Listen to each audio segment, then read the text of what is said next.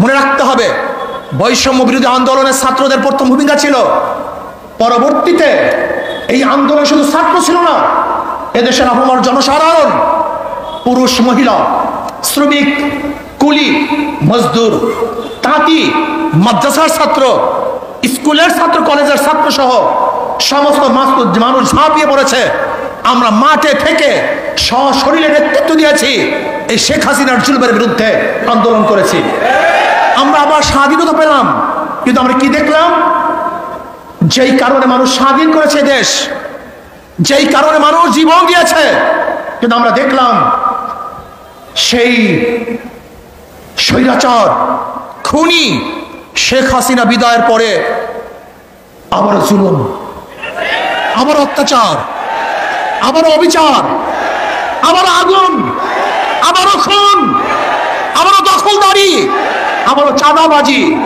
না, এই কারণেই আবু সাইদ রক্ত দেয় নেই, এই কারণেই মুগ্ধ রক্ত দেয় নেই, এই কারণে আমাদের হাজারো সংগঠনের ছেলেরা জীবন দেয় নাই, এই কারণে এদেশের মানুষ পঙ্গু হয় নাই, এই কারণে এদেশের মানুষ রাস্তায় ঝাঁপিয়ে পড়ে নাই। আমরা আগুন সন্ত্রাস বন্ধ করতে চাই, আমরা জুলুম বন্ধ করতে চাই। একটা চিহ্নিত মহল সুযোগ সন্ধানী, তারা আবার সমস্ত ঘাটগুলিকে দখলে নিয়েছে, সমস্ত প্রতিষ্ঠানগুলিকে দখলে নিয়েছে। না, দখলদারদেরকে আমরা দেখতে চাই না, খুনিদেরকে আর দেখতে চাই না, জালেমদেরকে দেখতে চাই না। যারা 52 বছর ক্ষমতায় বসে জুলুম অত্যাচার করেছে, দ্বিতীয়বার তাদেরকে আর ক্ষমতায় দেখতে চাই না। আমরা চাই এদেশের মানুষ মুক্তি হবে, শান্তি পাবে।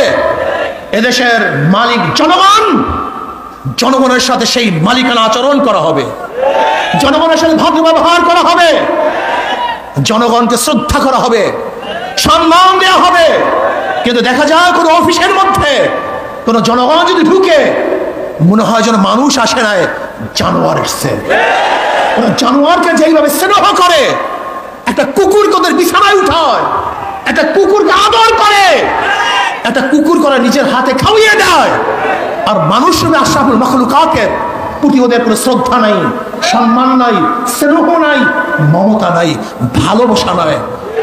এর কারণে এদের স্বাধীন হয় নেই। কে দল করে, কে দল করে না, কি আমার দল করে, কে অন্য দল করে, কে কালো আর কে সুন্দর, কে বড়লোক, কে গরিব, কে শিক্ষিত, কে মূর্খ। না, এরকম ভেদাভেদ আমরা চাই না।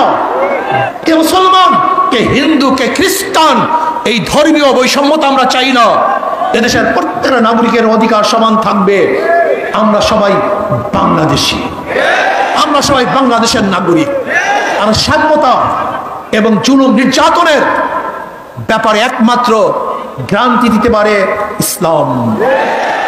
ইসলামের বাহিরে কোনো নীতি আদর্শ সাম্যতা স্থাপন করতে পারে না, মানুষের অধিকারকে ফিরিয়ে দিতে পারে না।